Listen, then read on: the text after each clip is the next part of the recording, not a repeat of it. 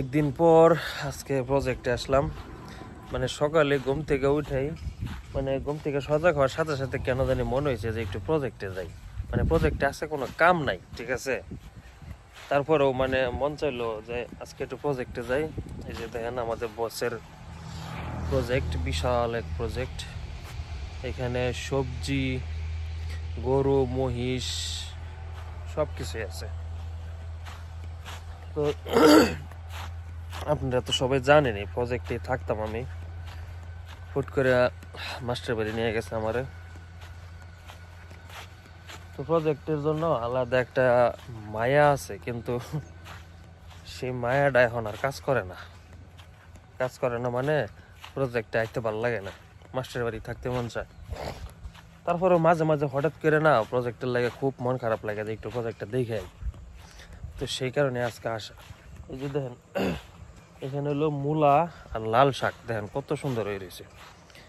দেখছেন মূলা আর লাল শাক, এই যে দেখেন সব জায়গায় মানে সুন্দর সুন্দর আবাদ করছে। ওই যে দেখেন কি সুন্দর একটা বাংলো, দেখছেন।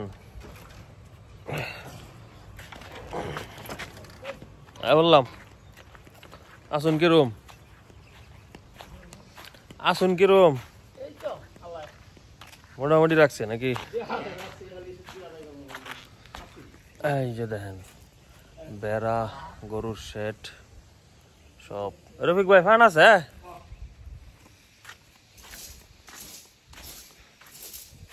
এই যে দেখেন বেড়াগুলা কত সুন্দর খাইতেছে।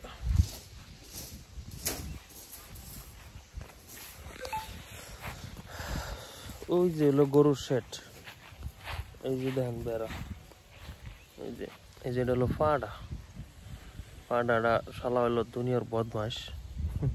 এই যে এটার ফুলা হইলো ওই যে বড় ফাডাটা, ওই যে দেখা যাচ্ছে না, ওইটা এটার ফুলা ওইটা। তারপরে আপনার এই যে দেখেন সকাল থেকে কারেন্ট ছিল না, তো তাই আজকে গরুর গোয়ালিটা বেশি একটা পরিষ্কার করা হয়েছে না, মাত্র করতেছে। ওই যে দেখেন শুয়ে রয়েছে গরুগুলা, ওই যে এই যে বন গরুর বাচ্চা। তারপরে এই যে একটা বাচ্চা খুবই সুন্দর, সব দিক দিয়ে আর কি ভালোই। ওই যে বন গরুর বাচ্চাগুলা, ওই যে গরুগুলা শুয়ে রয়েছে। তারপরে ওই যে আরো গরু, এগুলা মাত্র দুইটাছে তো তাই দেখাইলাম না, তো অপরিষ্কার। তো সবাই ভালো থাকবেন, আমার জন্য বেশি বেশি দোয়া করবেন যেন ফেসবুকে বেশি বেশি টাকা ইনকাম করতে পারি। ঠিক আছে, আল্লাহ হাফেজ।